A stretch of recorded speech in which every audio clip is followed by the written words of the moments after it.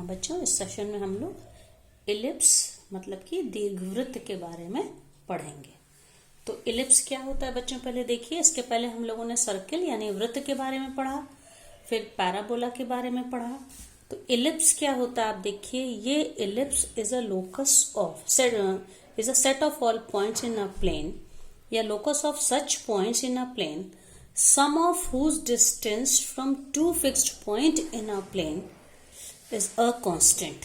इसका क्या मतलब है कि जैसे देखिए दो फिक्स्ड पॉइंट यहाँ पर है, एक F1 है और एक F2 है। तो कोई भी एक ऐसा पॉइंट ले लें P1, तो P1 से इन दोनों फिक्स्ड पॉइंट के बीच का जो डिस्टेंस है उसका सम ऑफ इट्स डिस्टेंस, ये पॉइंट है, ये मूविंग पॉइंट P1 है and the two fixed points are F1 and F2। तो P1 से F1 का डिस्टेंस, P1 से F2 का डिस्टेंस, इन दोनों का सम हमेशा फिक्स्ड रहेगा। तो अगर ऐसे हम लोग इस पॉइंट P को, चाहे हम फिर P1 P को उसको चेंज करें, या तो हम ये पॉइंट ले लें, P2 से F1 का distance that is P2 F1 plus P2 F2, और we can change its position. Suppose third position is P3, तो P3 से दोनों फिक्स्ड पॉइंट का डिस्टेंस, P3 से F1 का डिस्टेंस, P3 से F2 का डिस्टेंस हम ऐड करें तो हम कहीं पर भी इस पूरे शेप में इस P पॉइंट को कहीं पर भी ले जाएं, उसका इन दोनों फिक्स्ड पॉइंट से सम, डिस्टेंस का जो सम है दैट विल रिमेन सेम। या हम कह सकते हैं, तो इसको कैसे कहेंगे, P1F प्लस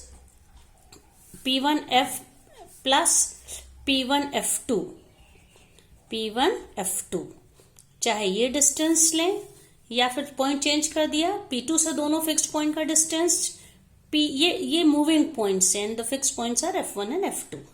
ओके, तो अगर हमने P2 मूविंग पॉइंट ले लिया तो P2 से दोनों का distance that is P2F1 plus P2F2 is same as P3F1 plus P3F2।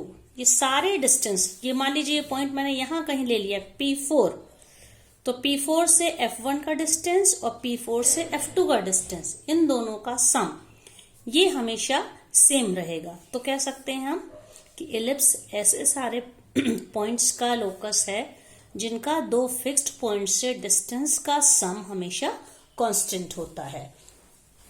अब जो दो फिक्स्ड पॉइंट मैं बार बार बोल रही हूं F1 और F2, दो फिक्स्ड पॉइंट इस इलिप्स के फोकस कहलाते हैं। इसका जो प्लूरल है फोसाई, ठीक है। F1 F2 को अलग अलग फोकस या नाभि कहेंगे और इनका प्लूरल टर्म होगा फोसाई।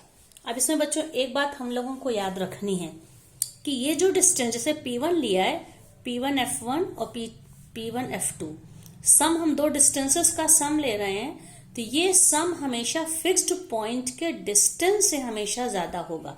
इसका क्या मतलब हो गया कि F1 F2 is always, F1 F2 मतलब दो फिक्स्ड पॉइंट के बीच का जो डिस्टेंस है, it is always less than, अब कोई भी हम पॉइंट ले लें, P1 F1 plus P1 F2। इसी तरह से इनके बीच का डिस्टेंस हमेशा इसके और इसके बीच के डिस्टेंस के सम से हमेशा ये कम होगा। तो अब इसके बाद तो इलिप्स क्या होता है ये आप लोग ने बच्चों देख लिया। अब इसके बाद ये जैसे एक मैंने बनाया है, ये इलिप्स है, तो ये दोनों फिक्स्ड पॉइंट है, मतलब ये इसके दो फोसाई हैं, फोकस हैं।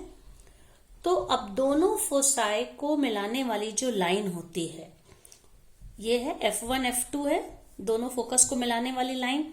इसका जो मिड पॉइंट है, मतलब कि इसको कह सकते हैं कि मध्य बिंदु है, ये क्या कहलाता है, इस इलिप्स का सेंटर। तो इसमें यहां पे O क्या हो जाएगा, सेंटर ऑफ द इलिप्स, ठीक है। अब इसके बाद दोनों फोकस से होके जाने वाला जो लाइन सेगमेंट होता है, the line segment through the foci of the ellipse is called the major axis. तो ये दोनों फोकस हैं, इन दोनों फोकस को मिलाने वाली लाइन आप देख लीजिए AB है, तो हम क्या कह सकते हैं, यहाँ पे AB क्या होगा, इस इलिप्स का मेजर एक्सिस। मेजर एक्सिस इसको बोले, या हम इसको बोल सकते हैं दीर्घ अक्ष, ठीक है।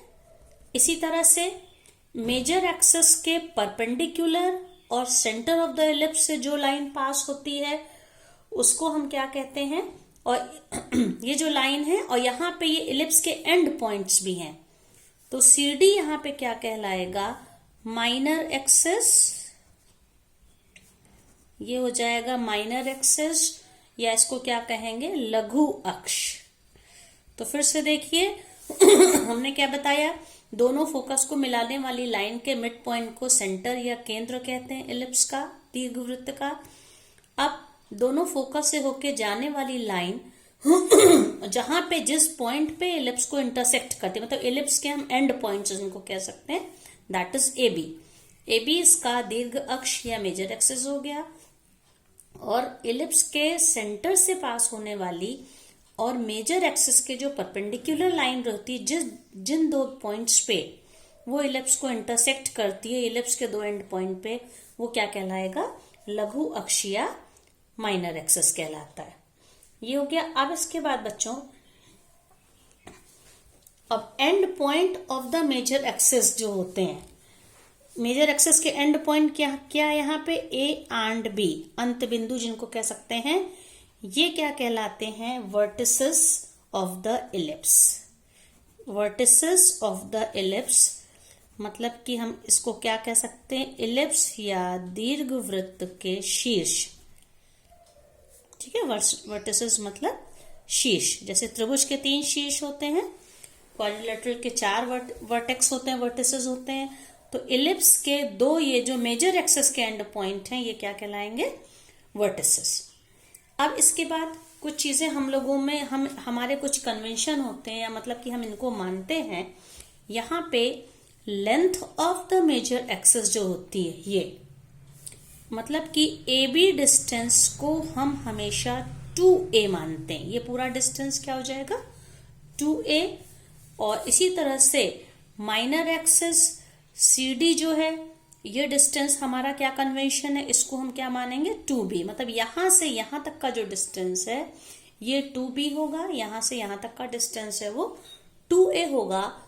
और तीसरी चीज, दोनों फोकस के बीच का distance between the 2 foci, that is F1 F2, दोनों नाभियों के बीच का जो डिस्टेंस होगा उसको हम क्या कहते हैं, तीसरा है दैट इज F1 F2, इसको हम क्या कहते हैं हमेशा 2c। ठीक है। अब क्योंकि O आप देखिए, O F1 F2 का मिड पॉइंट था, तो हम कह सकते हैं O AB का भी मिड पॉइंट था, तो इसलिए हम यहां पे ये जो डिस्टेंस है, चाहे O से B का डिस्टेंस लें या O से A का डिस्टेंस लें, तो यहां पे क्योंकि ये पूरा डिस्टेंस 2a है, तो ये OA या OB, इसको हम कहते हैं सेमी मेजर एक्सिस, क्योंकि मेजर एक्सिस मतलब दीर्घ अक्ष का आधा, तो ये हो जाएगा सेमी मेजर एक्सिस। ये पूरा डिस्टेंस जब 2a था, तो OA या OB को क्या लेंगे, इस 2a का हाफ मतलब कि a। इसी तरह से ये CD, ये था CD पूरा 2b था, इसलिए अगर O इसका मिड पॉइंट है तो OC लें या OD लें, ये सेमी माइनर एक्सिस है। ठीक है, लघु अक्ष का ये हाफ है, इसको हम कहेंगे B। और इसी तरह से दोनों फोकस के बीच का जो डिस्टेंस F1 F2 कितना था, 2c था, और O इसका मिड पॉइंट है, तो हम कह सकते हैं F1O और OF2 ये क्या हो जाएंगे, C। तो आप इस तरह से देख लीजिए, ये 2a है तो ये a हो गया, ये 2b है तो ये b हो गया, ये पूरा 2c है, तो दिस पोर्शन और दिस पोर्शन, इसको हम क्या कहते हैं, C।